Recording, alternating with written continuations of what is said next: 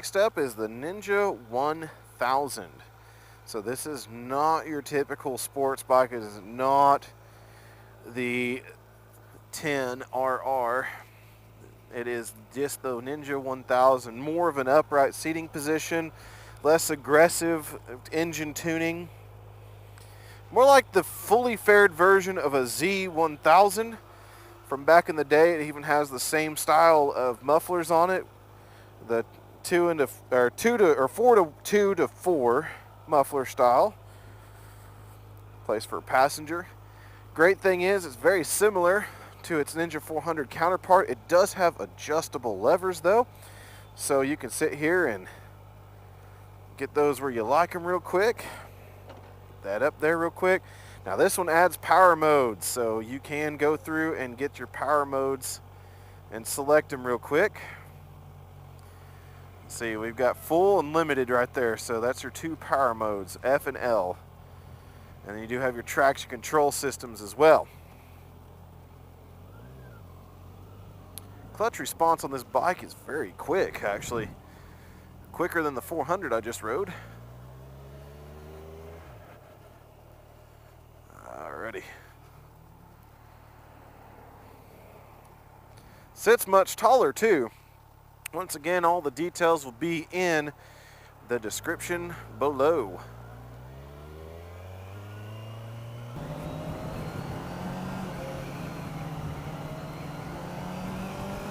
This bike is not equipped with a quick shift or anything special, so be prepared to use your clutch, be prepared to use the shifter the right way. Now these mirrors are just as wide as they are on the 400. They are out there, so make sure you are in a position you can adjust.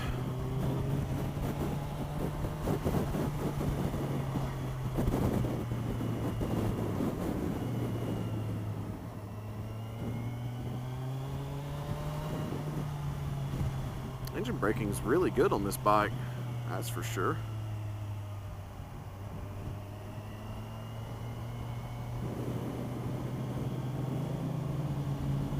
Actually sits less aggressive than the 400, I have to say that. Sorry, in Oklahoma, I gotta be cautious because they do want you to pass the normal way. Oh, that's cool, it's got a little shift indicator light too. Boy, this bike is effortless power. Wow. Oh, I mean, the fueling on this bike is so smooth and the power just delivers so well. This is a nicely refined motorcycle. It does have the Kawasaki ABS system on it, so it is an ABS motorcycle. Like I said, it does have the... Golly. It just does that without even effort. It's just...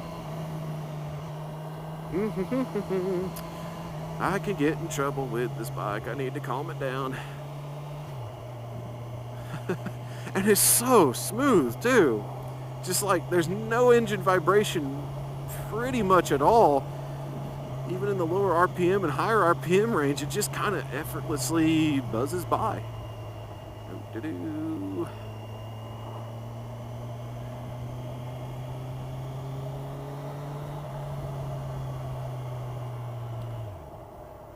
Man, this is a happy motorcycle.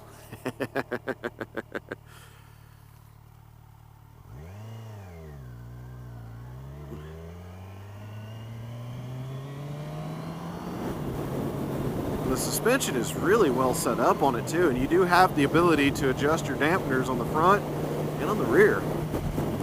Preload as well. Man, this is just such a nice little motorcycle.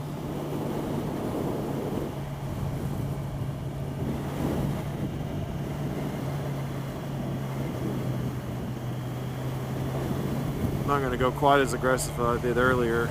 Got more traffic right now, but this bike can turn very easily too. Man, it's just so smooth. Engine braking is so nice too. Didn't even need to use the brakes, just back it off and second gear. 30 miles an hour, 3,200 RPMs. Not even quite in its power band yet, but just can effortlessly move away. Then once it hits the power band, takes off like a rocket.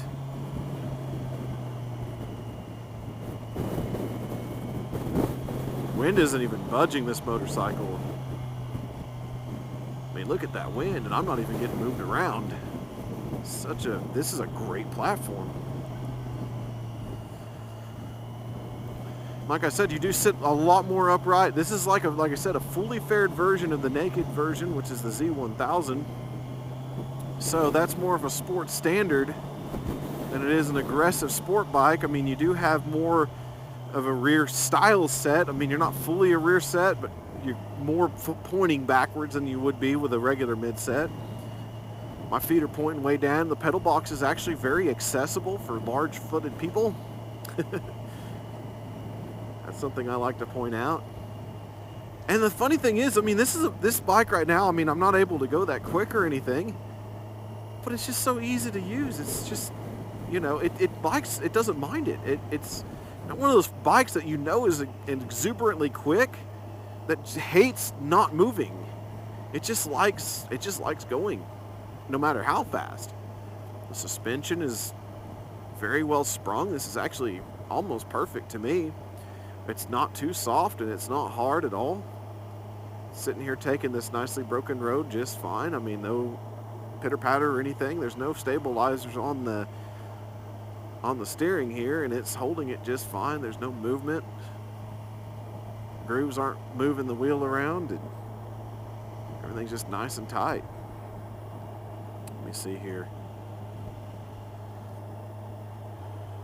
And through that menu screen here, while we're kind of going a little slow, I do have all accessibility to temperature, to clock. Of course, it's just sitting still.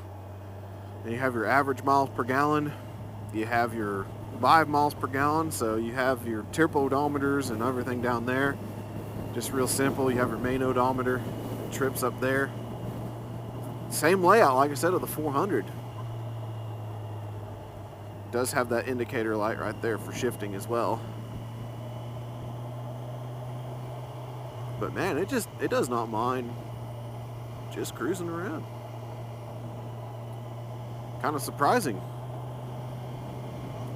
Usually bikes like this that are more aggressive, that are kind of a sport naked or a sport standard, usually you don't want to go this slow. You want to get up and going fast because the bike is more comfortable at that speed. This one just pitter patters along just fine. Having a good old time.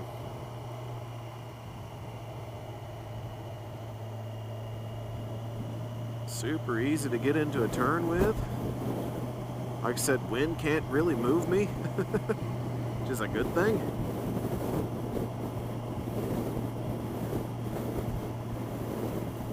Man, let's almost throw some saddlebags over and let's take it for a longer ride and see what she'll do.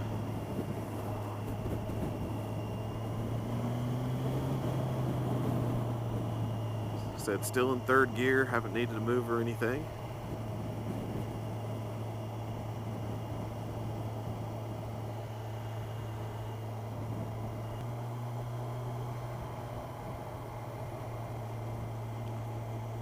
Man, it just feels weird to be on a bike like this and just not even mind not going fast.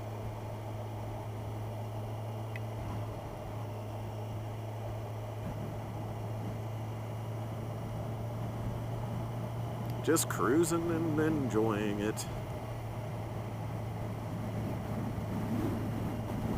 Kind of wish I would have took a different route, but you know, doesn't hurt to find out how it does slow too. You can't always go fast. I mean, that's the one thing with bikes like these. Everybody's like, we gotta go fast, gotta go fast, gotta go fast. And that's not necessarily true. You can take a bike like this, and sometimes you're gonna be on a trip where you're stuck and you can't get going as quick as you need to, and it's nice to know that this bike right now, even in full power mode, just as easy to use.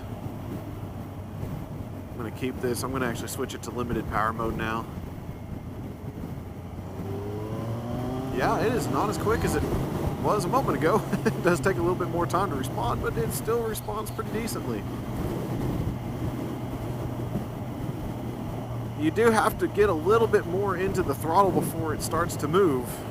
It's not as instant as it was a moment ago. So it does take your power down, and it changes your throttle response a little bit. Go ahead and bounce her back up here.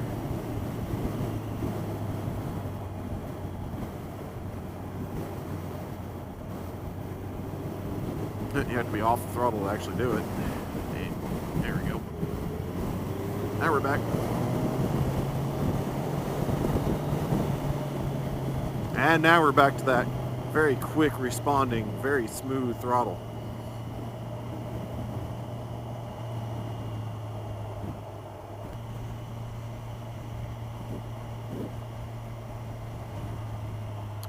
I'll make this observation too, as I've gotten the bike hotter. The Ninja 400 was on the left side for heat. The Ninja 1000 is on the right side for heat. I'm feeling it only on my foot though. It's the only place I'm actually feeling that heat. So that's not a bad thing at all, because once we get up in some speed, the feet are going to take care of themselves with the wind flow. But at this slower speed, definitely can feel some heat coming off of the right side and onto the foot.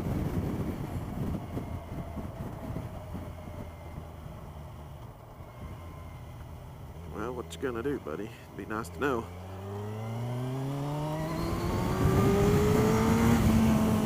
Woo-hoo-hoo-hoo-hoo.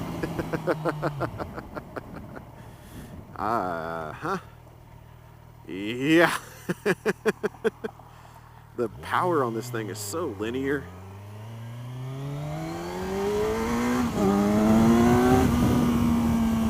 It just responds so quickly.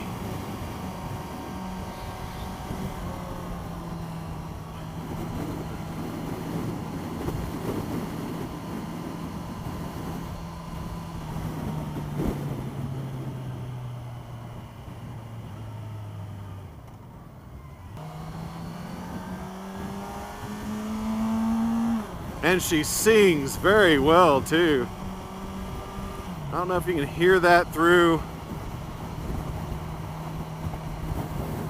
my system at all, but she has a very, I mean, it's muted for sure, but open her up a smidge, but she's already singing a beautiful song. Oh man, she's just so smooth. And like I said, the seat is beautiful. I mean, I'm sitting very upright. Notice that I'm not as aggressively set down. My arms are down, slightly bent with only a slight arc forward, so that levels out my wrist. I'm not sitting a lot of weight on them at all. Just a lovely machine to ride on. And that clutch, it's so effortless too. You don't need a quick shifter when you've got a buttery clutch.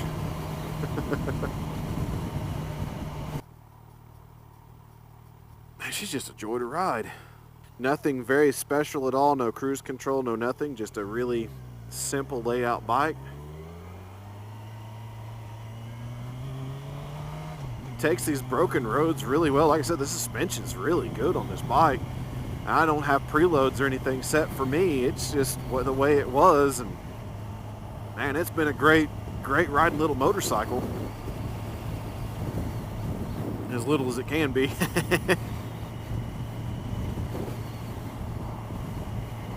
Like I said, I could just cruise on this thing. That's kind of the cool part about it. You do get some decent wind protection. I mean, I do get some buffeting from the bottom end of the screen. Of course, you can tuck in and you'll be right up on it, but it protects very well the chest area. I'm not getting much wind or buffeting into there. It's just some wind coming up under the chin of the helmet. Of course, that's just where the windshield is dumping the air off on me because of how tall I am. But it just, I mean, I'm going straight into the wind right now pretty much. And it's not even a bother. I mean, it's just, there's no turbulence in the motorcycle at all. The wind's not scooting it around and making it jib and jab. It's just going right into it. We're slicing right through the wind with no issue. mean, I definitely don't feel like my night rod where I'm getting hit with like a fist punch to the chest, you know, of wind. Just nicely, like I said, it just does a good job. I mean, I can't say much more about that. There it goes. That was kind of interesting. It has a false neutral indicator. So I tried to click it back down, didn't get it fully in, and it sat there in false neutral, and it actually gave me a blinking. So that's nice. If you find a false neutral, it's going to tell you. But the transmission so far has been spot on. And like I said, this clutch is just very, very well. I mean, it's just in a great location. And it's also not hydro either. It is just a cable operated clutch once more. Nothing fancy, but it's just so light. And the travel is so, I mean, it's just where it comes in at, it's perfect. It's a great area. It's just, wow. This is a motorcycle that does everything great with only a couple of things that are good.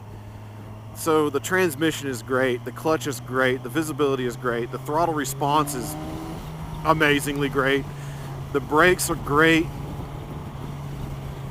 I mean, the only thing that's good is the fact that this is a bike that could be toured for a long time. This is a bike I could sit on for a long time. I've been on it for 15, 20 minutes now or so, like the 400, and instead of feeling like my knee is giving out on me and I need to stretch, I feel perfectly comfortable. I feel awesome. I feel like I can just keep on going. If I'm attacking corners and canyons and things, this bike is just so easy to approach and so easy to use. The chassis is so flickable. I know I didn't get to take those corners like I did the earlier ones, but whenever you get the shot to, this bike is fantastic and will be fantastic. It's so well planted, and the wind protection is good. There we go. There's a good. Wind protection is good. And as I said, whenever I had the heat dumping off of my right foot, as soon as I got back into the wind and got some motion, that I would be in better shape. And lo and behold, I feel none of that heat on my foot right now. So the heat is completely away from me as a rider at this time, meaning that I don't have to worry about it anymore.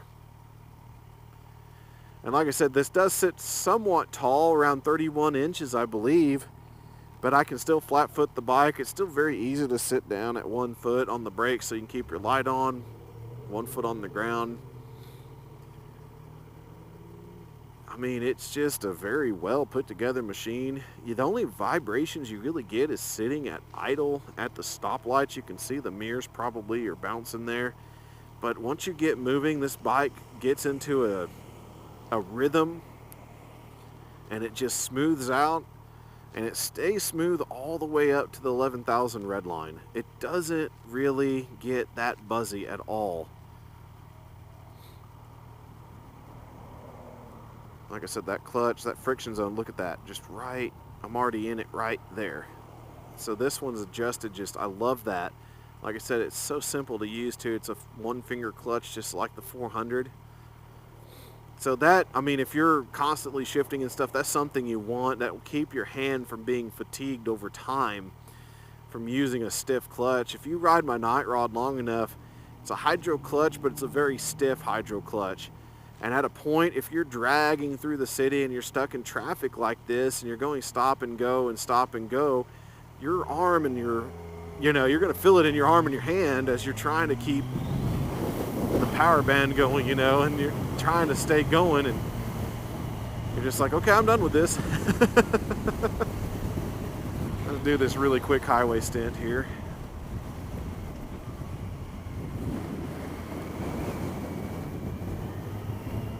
Kind of get a little bit more turning on this. A lot of gravel here though, but boy, she leans really well. I'm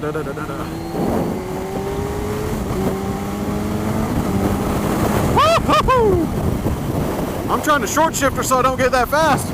Wow. Even then, perfect. So you're cruising around, you're at highway speed, you're looking at around 5,000 RPMs on this motorcycle at 70 miles an hour. You're getting good economy doing that. on a bike like this. And like I said, no buzzing. No buzzing at all. 70 miles an hour, 30 mile an hour winds to the side of you, 40 mile an hour gusts. Stable as a rock. Getting up in this wash of the freaking truck here, stable as a rock.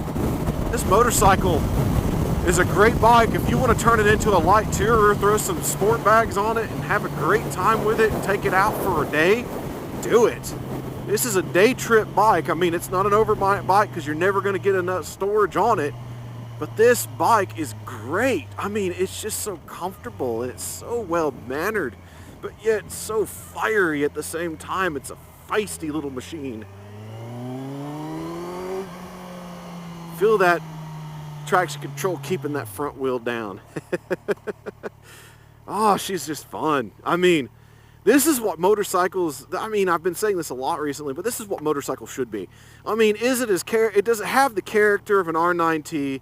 Does it have the character of some of the other motorcycles I've rode? No. This bike is definitely a Japanese bike. It's made with such precision that there's a little bit of a lack of soul, but it's still a bike that if you're going to use it for a utility purpose, if you're going to take it out, you're going to ride it, you're going to have fun with friends, and that's the whole thing. This bike is great for doing that, but doesn't have the soul of some others, but it does have spirit, and it does have that fun nature that's hiding underneath it, that when you're able to get out, probably away from the city, and you're able to start carving some canyons with it, it'll put an even larger smile on your face. And of course, you're going to be with friends, and you're not going to worry about that having just a little bit of a lack of soul. You're going to still enjoy what you're going to get. At any rate, this is the Rabid Hedgehog. I'll catch you on the next review.